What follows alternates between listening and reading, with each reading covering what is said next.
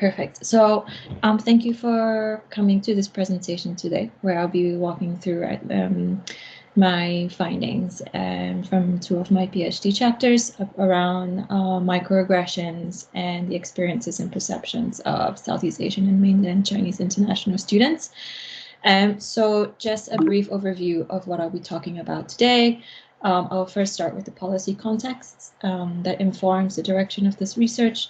And then I'll move on to talk about some of the issues with the microaggressions and the conceptual framework that I would use and that I have used to inform this presentation, and the research questions and methodology, followed by the findings, and finally the conclusion. And the last part will be, of course, Q&A. So going first to the policy context,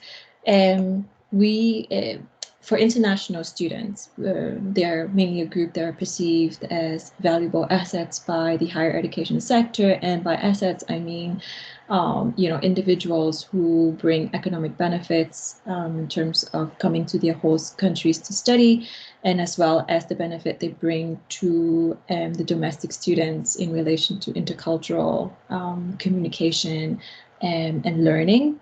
But at the same time, they're also viewed as this sort of unwelcomed outsiders in the UK. And this is particularly prevalent and obvious during the COVID-19 pandemic, when we see a lot of news around, the mainland Chinese international students, Southeast Asians being subjects of hate crimes and also racially motivated abuse. And this is not a new concern for the higher education sector.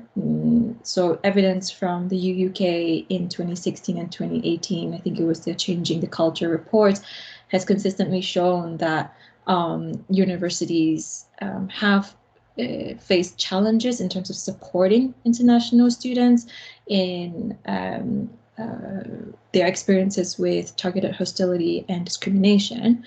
And this is one of the main key barriers to enhancing progress in tackling hate crimes and microaggressions in the higher education sector.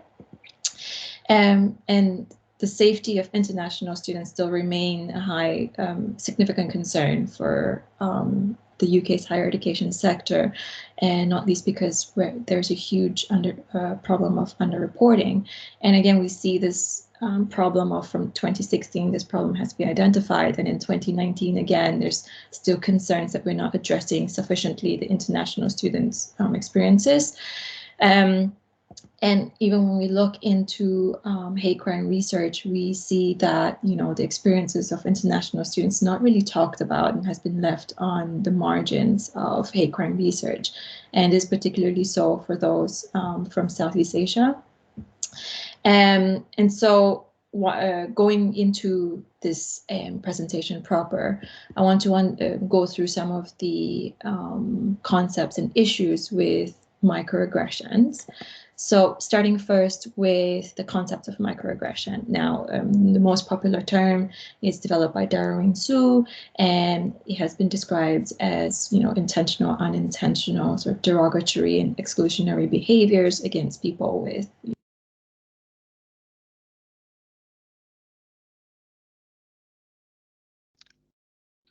Ammeline, we may have lost your connection, Ammeline. Can you hear me? I think you've just muted yourself, Ammeline. Oh, sorry. Sorry, can you hear me now? Yeah, we can hear you now. Oh, sorry. Where did you last lost me? It's just a few seconds ago, maybe 15 seconds. Sorry. So yes, so that's the definition of microaggressions defined by Darwin Su, and it was the definition adopted in my own work. Now, the concept of microaggression, is rooted in the patterns of oppression. So it's mainly used to describe behaviors that are perpetrated by, the majority or the privileged groups against those from marginalized communities. So you have a lot of research around Latino and Latinx population, Asian Americans, British, Black British, or even people from LGBTQ communities. And the concept of microaggression advances the concerns of hate crimes, because they have been argued to be sort of these seemingly normal human reactions and human behaviors that if we don't address them, if it's not addressed and if it's not tackled, has the capacity to escalate into more serious forms of hate. And on top of that, they have also been argued to, mobilize hate offenses in the sense that they establish and reinforce and validate very harmful stereotypes or behaviors towards marginalized groups. And one of the main the main concerns with microaggression is that the impact is not from the one-off incidents. It is, every day, the very little things continuously that people from marginalized groups have to deal with on a day-to-day basis and in, different settings as well. So the cumulative nature of microaggressions have been shown to result in emotional and psychological harms, which means that it's really important for us to address microaggressions as an issue. However, I want to highlight some of the issues that's, is inherent in the concept of microaggressions. So first, there seems to be this inherent tension between acknowledging individual difference and how or whether it should be discussed. So for example, in the work from Bred and Thorpes, they trace the history of Black hair in a way to illustrate the role it plays in shaping the identities of Black men and women, and how Black hairstyles became an intrinsic part of the Black liberation movement. So one of the specific examples they gave was the afro, that rose to become one of the major hairstyles of Black hair, but it was importantly a symbol of resistance against this Eurocentric beauty standards, that have consistently cast Black people as abnormal, because they didn't fit into the narrowly defined parameters of how white people saw beauty. So Black hairstyles then was a statement and a way for the Black community to assert their identity and be recognized, rather than demonized or ridiculed. But on the other hand, when we see it under the microaggression framework, to acknowledge Black hair, by example, complimenting it, is deemed as offensive in that people believe it conveys this message that, oh, Black hair is different and Black hair is abnormal. So in this sense, both appreciating this difference by highlighting it and noticing differences can be seen as, can be very difficult, because that just doesn't seem to be a right way, or even finding the right way or the right approach to exploring the parts of identity that makes us different. And the second issue with microaggressions is that it has been argued that, it sits on a continuum of violence, where such behaviors, function as prejudicial, hostile and aggressive tendency among those who exhibit them. However, the evidence on this has been quite unclear. So, for example, there's one study by McCauley and Todd that suggests that, they use a theory of attitudes behavior relations, and which posits that attitudes to a behavior is crucial in determining whether people do engage. Now, the authors found that while men relative to women and political conservatives relative to liberals believe that microaggressions were more acceptable to verbalize, there were very small to non-existent small correlations with personality, verbal aggression, and hostility. So what this means then is that microaggressions is not really simply a function of generally aggressive or hostile or prejudicial tendencies, and it lends itself to another argument put forward by another piece of research by Roberts et al., who argue that, the use of racist language, we cannot just read across from people's use of racist language to say that, they're committed, or they would necessarily escalate their behaviors into more violent forms of hate. The third issue with microaggressions, then, the concept, is that it relies heavily on the victim self-reports. And on the one hand, there's this idea that we should always listen to the experiential reality of those that's most oppressed. But on the other, how do we balance that with understanding really what the aggressor, like the person exhibiting these behavior, means? So in one of the research by Morels that explores the types of microaggressions experienced by Black American college students, they found that these experiences include, being asked about dance, being asked for help with hair braiding, or being asked to recommend a salon that's good for hair extensions. So what the authors argued was that these insurrections really constitute racial microaggressions because they demonstrate the perception of Black females or Black individuals as the authority or the cultural expert to hair extensions, or being expected to know things like where's a good place to do their hair or to braid their hair. But it's also highly possible that the intention behind such requests is innocuous and it's benign rather than being racially motivated. So we can argue that asking a Black female to help braid their hair, it's taking into consideration that hair braiding is not something everybody could do. It's not a skill that everybody might have. And so this kind of example shows that, because we do not have access to the mental state or the intent of the person articulating such comments or behaviors, we don't necessarily know for sure if the reasoning behind that is actually to discriminate or exclude or to ridicule. Another issue with the concept of microaggressions, then, it's the subjectivity involved in defining what are considered microaggressions. So, for example, in the study conducted by Wang et al., he found that one of the female respondents she was an international student, and she was being asked, where are you from? And she felt like, although such questions weren't nice, they weren't necessarily offensive or a racial insult. And they interpret the questions as being something born out of curiosity rather than a racist intent. But also they highlight this difference in the way in which people perceive microaggressions. So what was considered to be offensive or insensitive to some people may not necessarily be to others. And so it's not experienced in a uniform manner within a group and within a community. And lastly, and most importantly, the concept of microaggressions is not really focuses not so much, in my opinion, on the X per se, but what the individual X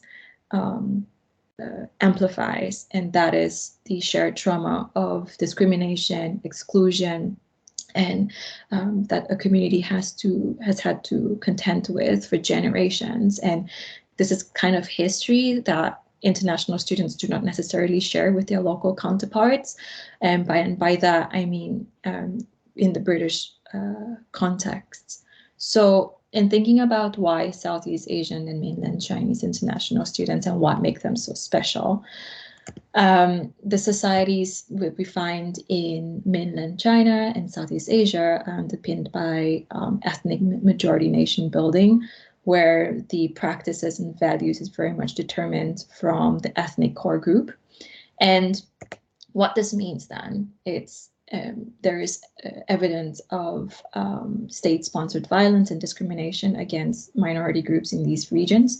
So, for example, there is the stigmatization and discrimination of transgender individuals in Thailand, and this comes in the form of transgender individuals being called buffaloes, derogatory names, and family members trying to correct their sexuality or sexual orientation by rejecting them from the family, and also within the education settings as well. There's also, for example, in Malaysia, the social political beliefs that LGBTQ plus individuals are mentally ill or in need of rehabilitation. And this is very much informed by the sort of religious beliefs that is that the country is mostly Islamic. So this anti-LGBTQ perceptions is in part because of this religious beliefs, and that it doesn't sit with how the country wants to present itself. And lastly, there's also this denial of racism and persecution of ethnic and religious minorities in mainland China. And there's evidence suggesting that even where racism is documented, it has been denied by the country as a Western invention and a Western problem. So what this means in context of microaggressions then is that it is is a concept that is absent and it's almost incompatible with the highly collectivist societies that we find, and societies that sort of denies and disregards hate crimes or discrimination against minority groups. Moving on to the conceptual framework, I use the concept of knowable community from Williams. It's was used to explore sort of the culture and social differences between country and English city in the English society as depicted in literature. So this is very much something that was used in the literary world and has not really been used in the hate studies as a concept yet. So community for Williams has been seen as this historically specific place where people live, where they build communities, where they invest time and efforts, in just trying to live in an environment that is one and where they feel like they belong. And this community becomes knowable through an extended system of communication. So for example, how do we communicate? What are our values? What do we believe in? What do we perceive as right or wrong, appropriate or inappropriate? It's all within this system of communication that happens within the community. So the knowable community then, it's more than a matter of physical space. It's not just where people live. It is also about the viewpoints and the matter and the consciousness of things and of how we see the world that comes out of this sort of physical and in between physical and imagined space, if you would. And ultimately then, it is about understanding our social position within the broader social context and what that means in relation to our day-to-day experience and the differing points of view that can emerge from these positions. So this concept of knowable community has been adopted in cultural studies by scholars like Hall to explore the sort of changing meanings of what it meant to live in a society such as Britain, to live with difference. The central thesis where he uses this concept of knowable community is that, this new diasporic communities of late, they will never be culturally unified because they are inevitably the products of several interlocking histories and cultures. And what this means then is when it comes to understanding how international students or even how migrant groups make sense of experiences with targeted hostility or discrimination in a new context, such as the UK, need to understand that they have moved from what they have known in their communities back home, their actual lived relationships, their placeable feelings, which means how do they feel and how do they understand what's happening to them. And they're also obliged to speak at least 2 cultural languages and translate between them. And by this, I mean, in the context of UK, what does the hate crime rhetoric looks like, and how does this compare to what they know back home, and how do they navigate between these two and negotiate between these 2 different settings and cultures? So by using the concept of knowable community then, it recognizes that international students come from really culturally different contexts from the UK and between each other. It recognizes that the fact that, the concepts of microaggressions is really not so much in the social consciousness in the countries found in Southeast Asia as well as in mainland China, and that these understandings and perceptions are not necessarily consistent with how we understand hate crime, but also at the same time, we need to, and also at the same time, these perception and understandings were not remaining static. So on the one hand, we cannot expect that international students can just drop what they know to adopt a way of thinking about targeted hostility and discrimination in a way that is consistent with how we think about it. But on the other, we cannot see it as, well, they will never pick it up or they will never understand it in the way that we would. So the questions framing the findings then is the types of microaggressions that Southeast Asian and mainland Chinese international students experience. How do they interpret this concept? How do they frame the experiences with microaggressions? And how do they navigate their experiences? So I've used in the first set of these findings a focus group conducted with students from Thailand, Malaysia, Indonesia, and Vietnam, Singapore, and mainland China. And they were given a short, I think 1:40 of clips put together, which shows microaggressive behaviors. And these included people expressing surprise by a lesbian couple by saying that they don't look like lesbians, someone attempting to push a wheelchair user's wheelchair without asking, a man receiving jokes about eating curry for dinner, and someone being asked where they're really from. So the findings revealed that the interactions were analyzed and sort of discussed within the context that they were isolated one-off incidents. So rather than how does this contribute to a bigger picture of discrimination, it's discussed within the participants as this is a one-off. It would never happen again. It's, it doesn't have knock-on impact on how on the issue of prejudice and discrimination. So then this gave rise to how participants understand microaggressions, and I've said how they contribute to broader patterns of discrimination. And these challenges were embedded in sort of considering the context of the interaction being depicted, the intent of the aggressor, and also the mindset of the recipient at the time of the interaction.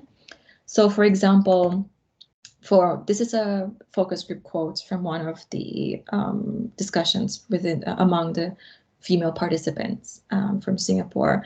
And in this quote, it is sort of clear that their main concerns around the questions, where are you from? It's regards the timing and manner in which the question is being asked, rather than whether this question in itself is appropriate. So from Xian's perspective, for her, it just feels like there's never really a right time to ask someone. If you ask at the very start, can it be taken offensively? Then if you wait a little bit, how long is a little bit? And what if that person doesn't voluntarily offer the background of their origin? And this can be more complex, as Jenny has highlighted, when we interact with people who are third or second generation born in the UK as part of this diasporic community. So within this context, what the participants really struggled with is the idea of how do we pose questions such as these, which represents our genuine curiosity and willingness to learn and to explore someone's heritage without coming across as being offensive. And this is something that was quite similar to what the Thai participants articulated as well.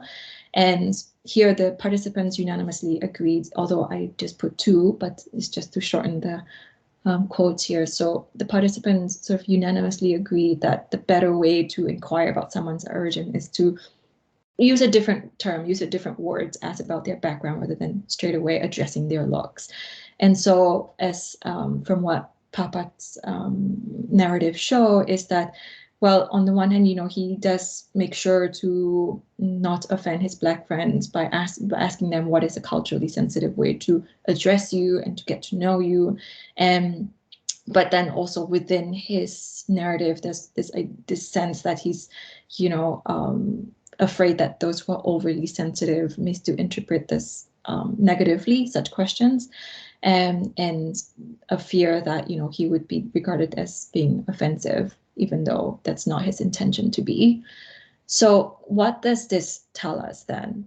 When we think of it within the concept of a knowable community, the knowable community for internationals, for the Thai and Singaporean students, is not one of British-born Asians, but of international students. And within this context, when you're an international student, you do your day-to-day interaction involves getting to know people from a different culture, especially when you're in the UK, from different walks of life, and that's part of your student journey. And therefore, it's not really questions like where are you from. It's not really something that's taken to be offensive rather than curious. And so within that narrative that they shared and their opinion, there's this difference in the way in which they viewed such microaggression. They saw it as curiosity rather than something that is born out of racist intent. And at the end of the day, for them as international students, it's about finding the right way to pose questions that could be interpreted as offensive. And there's this confusion of, well, it seems like it's not appropriate, but for us, we don't see it as inappropriate either. So moving on to the next point, which is considering the recipient's mindsets. This is as abstract from the focus group discussion between the Vietnamese participants. Now, what is apparent here is that the individuals, Hin and Min, did not, to the best of my knowledge, they did not disclose any disabilities or did not identify as LGBTQ. So they lack this, for them, questions around, oh, you don't look gay, or people who have, where are you really from? It's not something that they understood as being potentially offensive, but it really depends on how a person takes it. So from Hin, her points was, well, I just think that people just need to be more emotionally mature and resilient, and not try and take every comment in every situation offensively. But what's missing from their understanding here is that it's not a one-off. It's being consistently told or asked, you don't look gay, or being consistently doubted that you're a citizen of a country. And so there's this tension also between them, balancing, okay, we're just being nice, but why are you taking it offensively? And so it's not my problem, it's the recipient's mindset that we have to think about. And so there's this sort of lack of appreciation and acknowledgement for the racial and heterosexist undertones that could be, that it could communicate for some. And there's a clear perception between them that, there's nothing more than just day-to-day conversation between two people curious about knowing each other. And that's particularly prevalent in the mainland Chinese discussion as well. For them, it's just, well, it's a normal thing to ask people what they are eating for dinner. So I'm not sure why that's offensive. And so to them, those who take offense at such small comments are characterized in this context as really sensitive, and people who just, make a mountain out of a molehill. And the reason for this could be that, they identify as the ethnic majority. And so prior to coming to the UK, they do not necessarily have similar experiences of with racist or heterosexist behaviors, and this is not something that they can relate or identify with. And on top of that, discrimination based on individuals' ethnicity or sexual orientations is not issues that is discussed within their knowable communities, meaning back home, there's no, targeted hostility against ethnic minorities are not regarded as problematic or issues that needs to be talked about or resolved. And so for them, it's just a normal interaction, and getting them to understand that, okay, this is actually a problematic issue is not something that's easy for them to do. And finally, we have considering the intent of the aggressor. So from here, what these abstracts from the Malaysian participants, and what they were talking about is the scene on a female student attempting to push the wheelchair of her friend without being prompted. And for Justin and Sophie, these are very normal instincts to be helpful, to want to help. And Sophie says, you know, in Malaysia, this is normal. You know, if we see someone who needs help, we just go for it. But also she had this thin appreciation from her end where it's, if this is a one-off, then that's understandable, it's not offensive. But if, you know, it were to happen again and again, then it could be annoying and it could be an issue for the person. And this was a similar sort of sentiments articulated by the Indonesian participants as well. So again, here for them, it's a lot of, what do? I just want to help. And how do we articulate this without trying to be offensive? And we're not trying to be offensive, we're just trying to be helpful, that's all. And what this narratives show between the Malaysian and the Indonesian participants is that they're helping someone is shaped and known to them as trying to be helpful and nothing more, nothing inappropriate, nothing to be regarded as offensive. And these behaviors are just understood to be, you know, desire to be kind, particularly when they're performed between friends. And so the context of the interaction and the intent for them, for the Malaysian and the Indonesian participants, is sort of like overshadowed by the recipient's perceptions of the interaction. So just moving on quickly to the types of microaggressions that Southeast Asian and mainland Chinese students experience. The results showed, I've used an online questionnaire administered to a wider group of Southeast Asian and mainland Chinese international students. And the results show similar proportions of microaggressions reported by the two groups.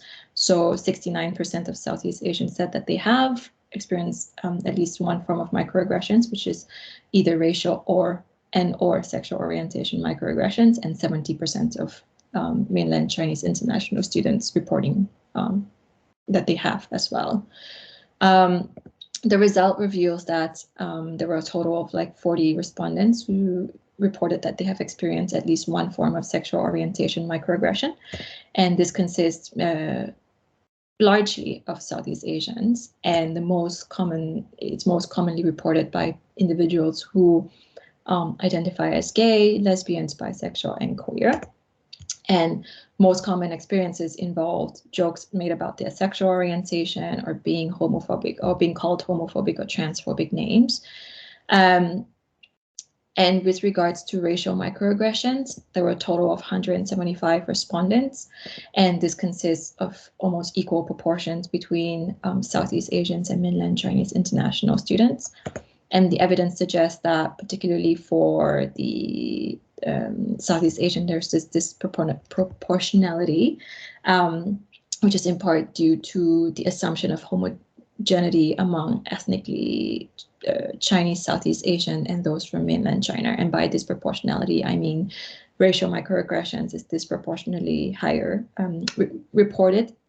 There's a higher proportion of individuals who reported experiencing racial microaggressions who are ethnically Chinese.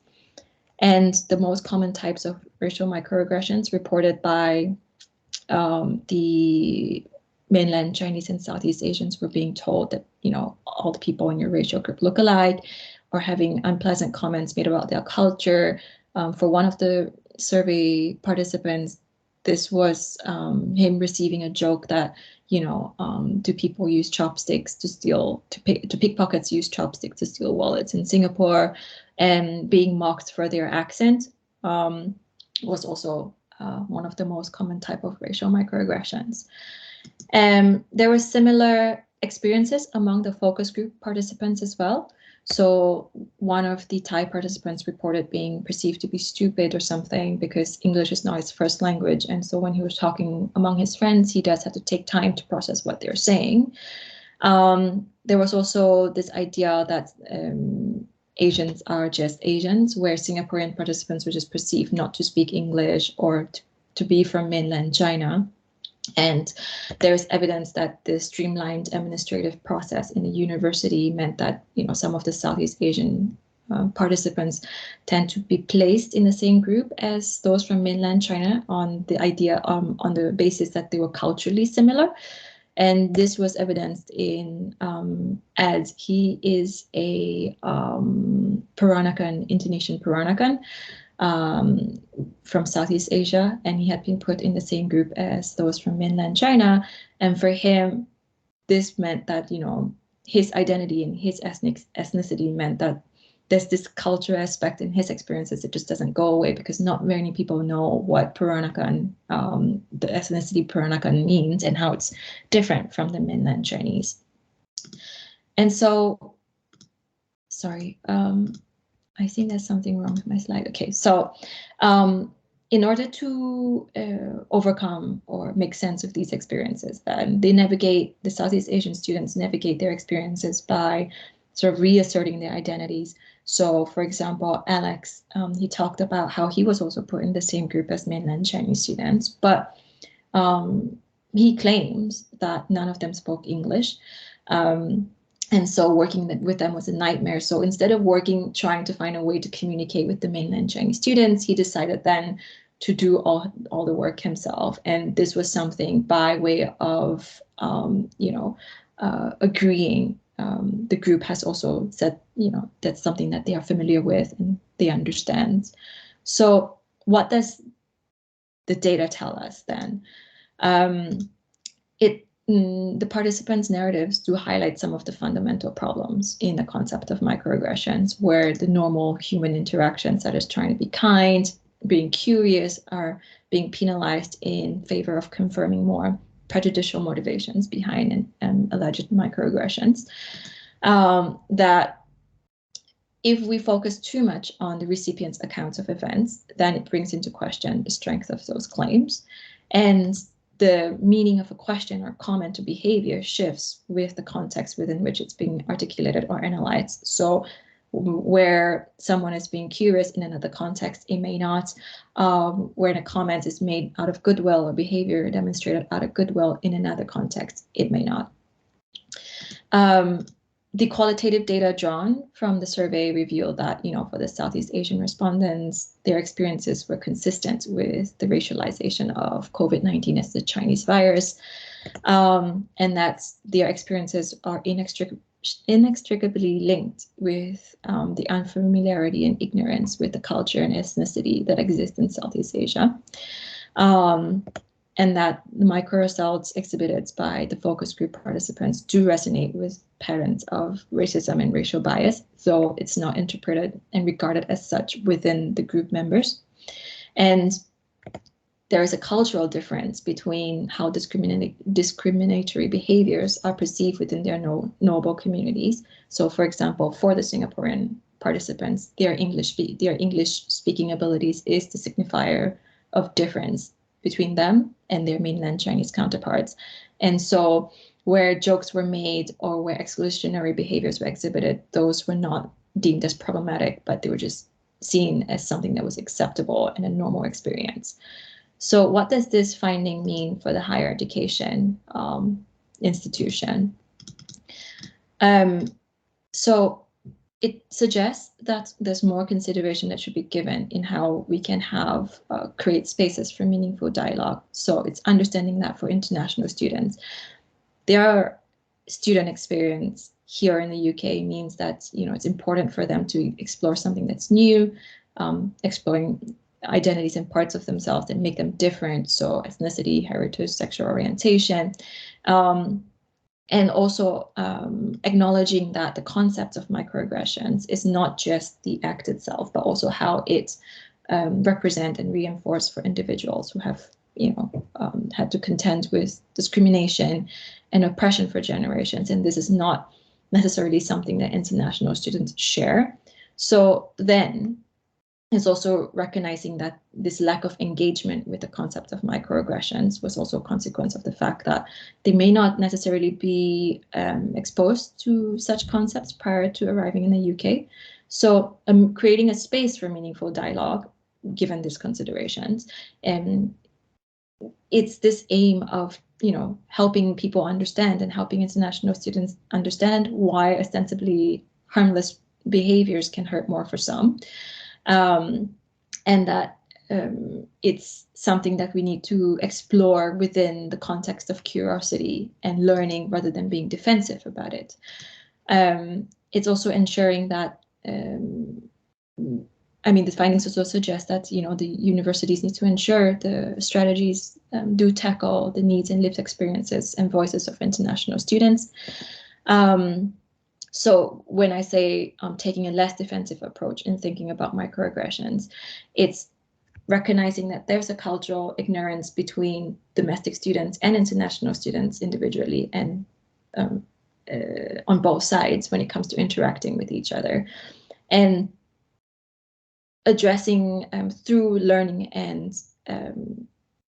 understanding of, okay, maybe when you ask me where I'm really from, you're not trying to be offensive, you're just trying to get to know me, but let me explain to you why that might be hurtful for me in that kind of context. And this is what I mean by mobilizing curiosity in a non-defensive way as well.